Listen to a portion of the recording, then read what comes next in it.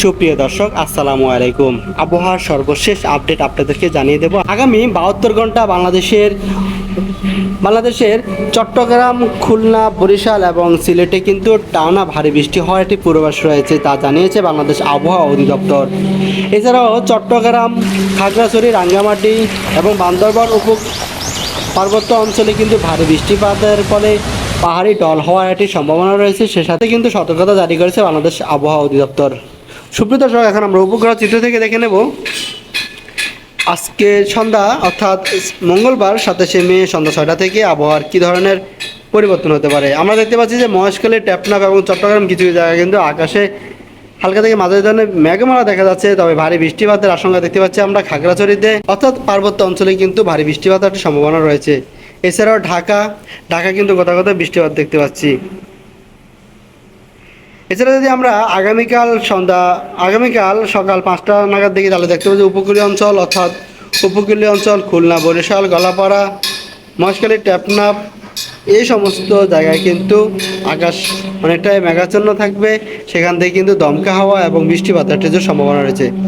এছাড়াও আমরা দেখতে পাচ্ছি দক্ষিণ বঙ্গোপসাগরে কিন্তু ঘূর্ণিপাকটি তৈরি হয়েছে, সেখান থেকে লঘুচাপ হয়ে এটি নিম্নচাপে রূপ দিচ্ছে এবং এটি দমকা হাওয়া কিন্তু বাংলাদেশের খুলনা এবং ভারতের কলকাতার দিকে কিন্তু অগ্রসর হচ্ছে, যদিও এখন পর্যন্ত সেটি ঘূর্ণিঝড় হওয়ার কোনো আশঙ্কা নেই। এছাড়াও আমরা যদি বুধবার বেলা 11টা নাগাদ দেখতে পাবো যে রংপুর আকাশ কিছুটা মেঘাচ্ছন্ন থাকবে, তবে উপকূলীয় অঞ্চল যেমন খুলনা, বরিশাল এবং চট্টগ্রাম, কক্সবাজার আকাশে মেঘাচ্ছন্ন থাকবে। এছাড়াও আমরা দেখতে পাচ্ছি যে ঢাকা, কুমিল্লা, খুলনা, সে সাথে মেহেরপুরে কিন্তু ভারী বৃষ্টিপাত হওয়ার সম্ভাবনা রয়েছে বুধবার সন্ধ্যা বিকাল 5টা নাগাদ।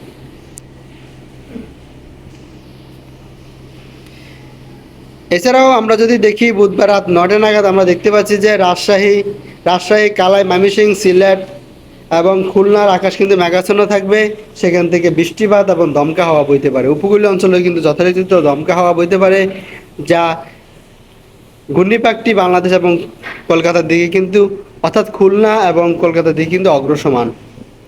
এছাড়া যদি আমরা বুধবার দেখি, তাহলে কিন্তু দেখতে পাচ্ছি যে নিম্নচাপটি বাংলাদেশের উপকূল অঞ্চলে কিন্তু আঘাত আনতেছে, যার কারণে বৃহস্পতিবার 29 তারিখ ভোর 4টা নাগাদ কলাপাড়া, বরিশাল, খুলনা, কুমিল্লা, চট্টগ্রাম, মহেশখালী, টেকনাফ এবং পার্বত্য অঞ্চল খাগড়াছড়িতে কিন্তু দমকা হাওয়া, সে সাথে কিন্তু ভারী বৃষ্টিপাত হতে পারে।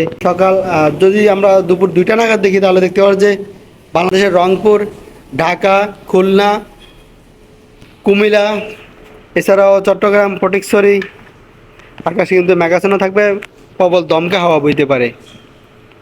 এছাড়াও আমরা দেখতে পাচ্ছি বৃহস্পতিবার রাত 10টা নাগাদ কিন্তু ঘূর্ণিপাকটি বাংলাদেশ এবং কলকাতার সীমান্ত অতিক্রম করতে শুরু করবে, অর্থাৎ উপকূলীয় অঞ্চলে আঘাত আনবে।